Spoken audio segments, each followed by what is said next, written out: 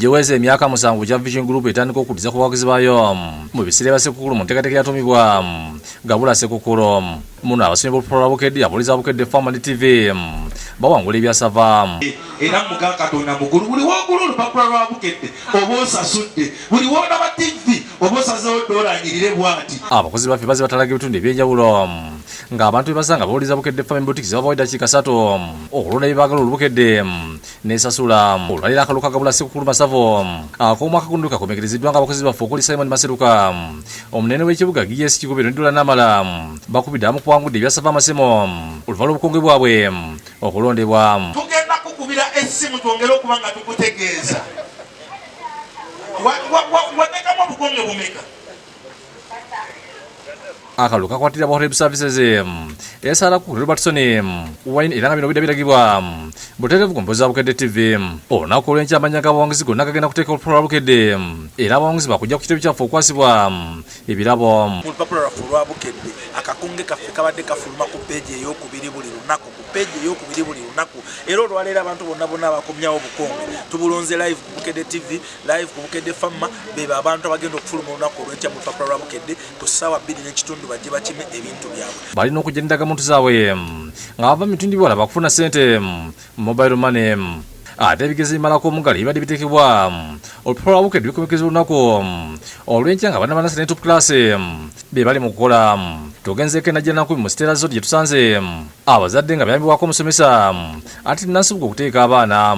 Julius Katongola akulidde abaana kupiza amawulire 5 ng'ategeeza nti ye ng'omuntu abazala kise bamuyamba okumwerera nga naye abadde alina okuddiza ku baana b'omu kitundu. Tubasaba Bukedde olw'omutima ogw'omulungi gwe muyina ekintu kino mukyongere kitambulire ddala mu maaso, kubanga twali tugulanga ebigezo Smartpass, Piero biki ebyo naye kino kyasusse.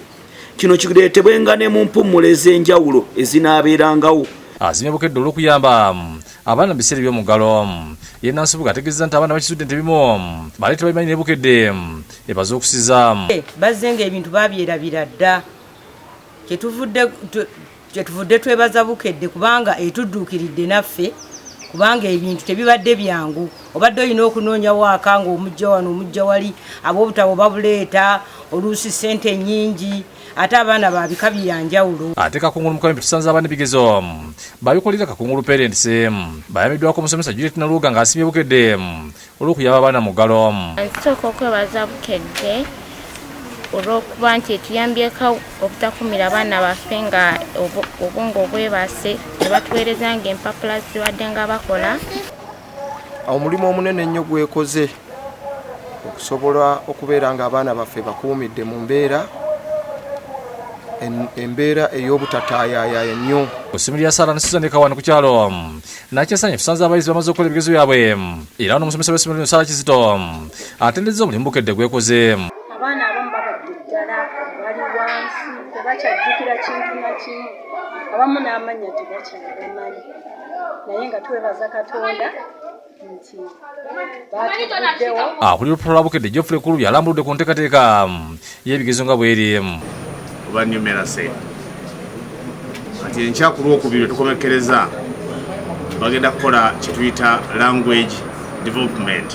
Azira abazadde n'abazira kisa olunaku olw'enkya okugulira abaana Olupaala lwa Bukedde basobole okukola ebigezo ebisembayo.